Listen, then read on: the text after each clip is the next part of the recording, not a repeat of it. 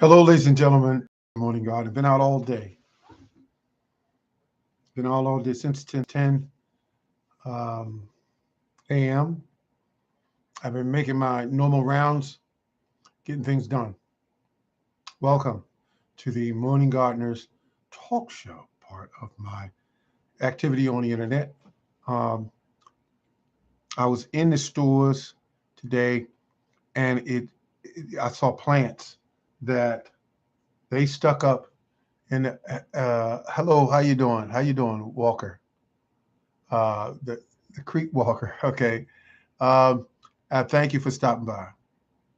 I am here to help people grow better crops. And this year will be a new one for me because there are going to be things that I will be doing that I haven't done before in the garden. That is three sister garden, three sister systems that I'll be using.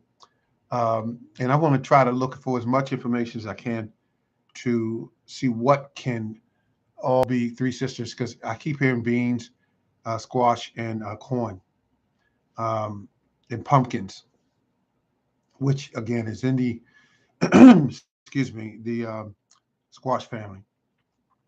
And I'm ready to get started. We have the weather today was windy, but it was very you can deal with it. It wasn't too cold, and I am waiting for my soil to. My soil is absolutely going to be um, sweet this year because most of you know I don't dig in my soil. I have lots of compost that cost me $0 from the tree removal companies. I try to keep some on hand. If I see them getting low, I have them dump some, save it for maybe a year, and then I'll start using it, unless I find other uses for it. However, most people say um, I'm going to keep tilling, and you could till it. It's up to you. I already told this before in the last time I talked to a group of people on the internet.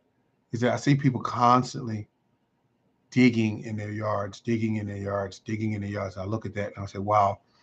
I say, I used to do that. I used to dig in my yard continuously to try to plant the right way or to turn compost. I used to be out there sweating and heart pounding, and I'm trying to um, dig trying to turn compost, at least 500-600 pounds of compost, big, huge piles of compost. And I got tired of that. And I said, wait a minute, this is beating me up. So what can I do? Do I give up gardening? What do I do? And what I did was I simply just said, okay, how does Mother Nature do this? Everything that comes to your plant, if you were to do it the way that Mother Nature does it, and the way that she does it, is everything drops on the surface of the soil. Everything on the surface of soil, whether it be water, whether it be leaves, whether it be small twigs and branches. They hit the soil and they go into the soil. That is what I do now. I do not dig to um, uh, to try to till in compost, to till in worm, what they call it, worm poo. I don't do that. It's something I don't do anymore. Why should I do it when I see that the way that things were designed to be implemented was lay on the surface? I'm not going to in any way improve upon that. There's no way to improve upon that. Um, the weeds in my yard, I use them now. They're no longer a disgusting um, situation where I look at them and go, "Oh my God, weeds! Oh my God, how am I gonna get rid of them? Oh my God, I got to battle with these weeds." what kind of treatment can I get that they sell in the stores that says will kill weeds, but not your grass, that sort of thing. Um, I don't do any of that anymore. It was too confusing then, and to me now it makes absolutely no sense at all. So now all I do is put my seed in the ground. I poke it in the ground. If I put a plant in the ground, I put a very small hole just big enough for the plant to go in. I could put my compost around it, and when I put my compost around it, I let that be the end of that deal. Because why am I going to keep messing with the plant? The plant's going to do one or two things. It's going to survive or it's going to die. And sometimes plants are going to die. You can do everything right and it's going to die. Sometimes you can put a plant in the ground and mess with. Hello, how you doing there, Food Fathers? Permaculture. It's always a pleasure, always. Um, and so that's what I do. I do everything the way I see nature do it. And I got that idea from going fishing one day, and the fish weren't biting, so I found other interest. And I looked around at the forest, and I looked at it, and I said, "Look at this." The wind was blowing, and I saw the leaves falling from the tree, and they were hitting the ground. And I said, "You know something? Uh, those leaves won't be there next year when I come through here. Where would they be? They go back to where they came from. The logs that lay on the ground. I've been fishing this fishing spot for well over 10 years. There are logs that were there 10 years ago, 5 years ago that aren't there now. They are big um, logs that big around, and they're not there anymore. Where did they go? Did somebody come by and clean them up? No. Did I see the big trees, massive trees, and every last one of them didn't have nobody come out there and trim them. Didn't have anybody come out there and fertilize them. Didn't have anybody come out there and water them. None of that was done. None of it, and yet it survived. Um, and to survive and it thrive. So everything has a balance, and it's the plants. The plants don't really need you. Uh, uh, they don't need you at all. You need them. That's the other way around. And yes, you're absolutely correct. Yes, they decompose, Mr. Food Father Permaculture. They decompose and they're eaten by life that's in the soil. In other words, they're going right back into the food chain. They're part of a cycle, and that's what it is. And so when you follow that and don't make it too complex, and I'm gonna here's where I'm at with it. I used to follow a lot of the YouTube videos, and then I got to talk to some people that dealt with plants and dealt with gardens and farms, and they know how to make that simple so that you would understand it. And Food Forest Permaculture is one of them people. I've had people that would explain things to you, and the first thing they would want to tell you in a video is their credentials. Um, they want to tell you that they are a master gardener. I don't know what that means.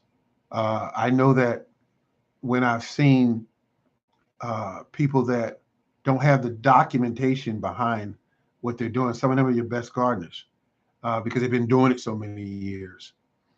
And the thing about it is understanding that it's a living uh, life form and finding out what it needs and giving that to it. And understanding that your weeds and your location are there for a purpose. They're not there to cause you a headache. They're not there to make you sneeze. They're there for a purpose. They're there to rejuvenate and rebuild that soil's biology. And that's why it's there. I have a new relationship with the plant, if you will, that we call weeds. It's there because it's an environment that's suitable for that plant, and the soil and the plant give each other what they need in order to survive. And the biology in the soil needs the weeds, and the weeds need the biology. And the soil is just loaded with all kinds of forms of biology. And the thing about it is, people tend to forget that. They get the tillers out and they get their shovels and the hoes and they start digging in the soil, digging in the soil. And I look at that and I go, wow, that's a heavy load. You know, I know that a lot of farmers did it. I went back and I used to watch videos back in the day where they had those are historical, what they call the gardens during wartime, where they urged individuals to grow their own food. Um, and they showed lots of tilling going on, lots of tilling going on. And they showed lots of man-made chemicals being used on the ground. Uh, um, they do this, and when they do this, it strips the soil of its life when you try to do it man's way. So I sold my tiller years ago. I always tell that story. I sold my tiller years ago and I got rid of it.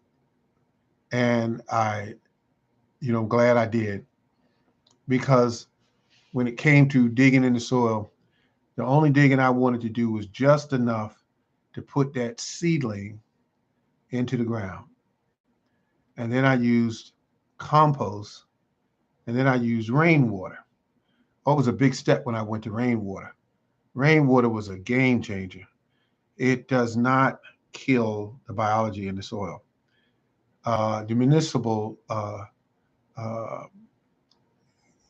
units that produce our water clean it up or attempt to clean it up, I should say. That water is filled with all kind of chemicals that kill biology. Well, that's its job, is to kill biology. And you put that on your plants, and it's a constant battle with the soil trying to rejuvenate the biology, and you pouring water on the soil that's full of an agent that will kill the biology in the location where you're putting the plant. But I will tell you this: plants grow a hell of a lot better with rainwater, and I've been using rainwater for years, and using a sure flow pump to pump the water from the rain barrels to the location where I need water used. And I will say this is that um, yeah, I learned a lot from that. I learned a lot from that.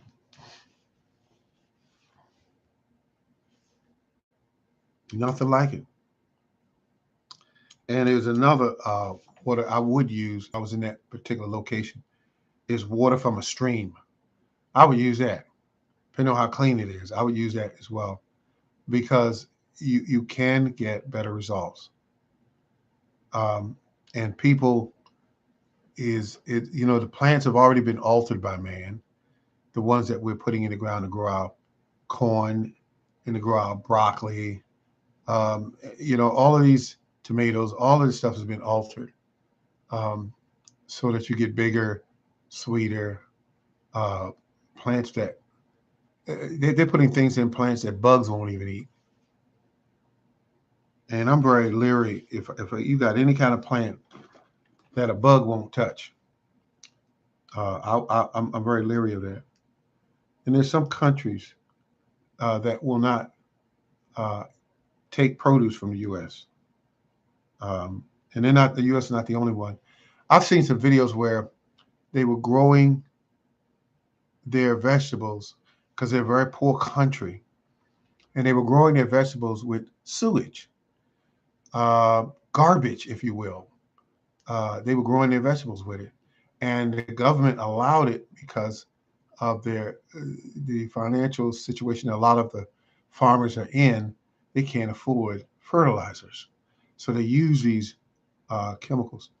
And I remember seeing a video, one in particular, that the woman was asked, how do you feed, why do you feed your plants from the sewer?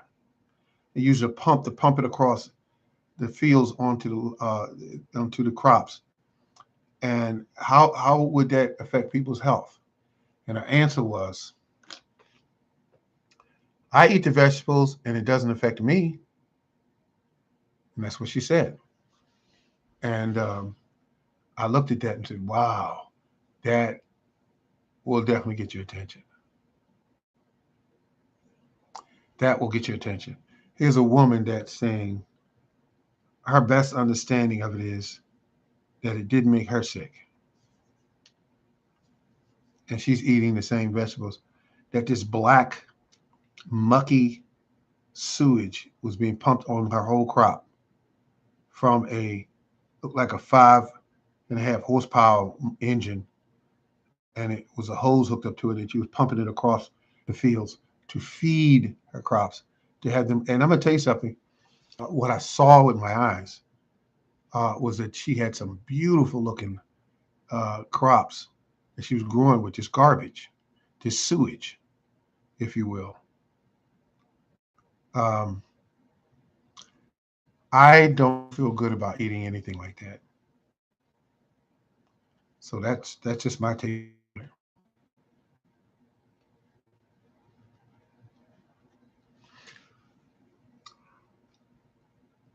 Well, that's been my conversation for now. This is the Morning Gardener.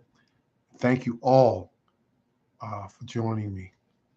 And I might be back later on this evening because I live for these conversations um, when it comes to the garden. I see. Peas, birds, cows. Yeah. Human.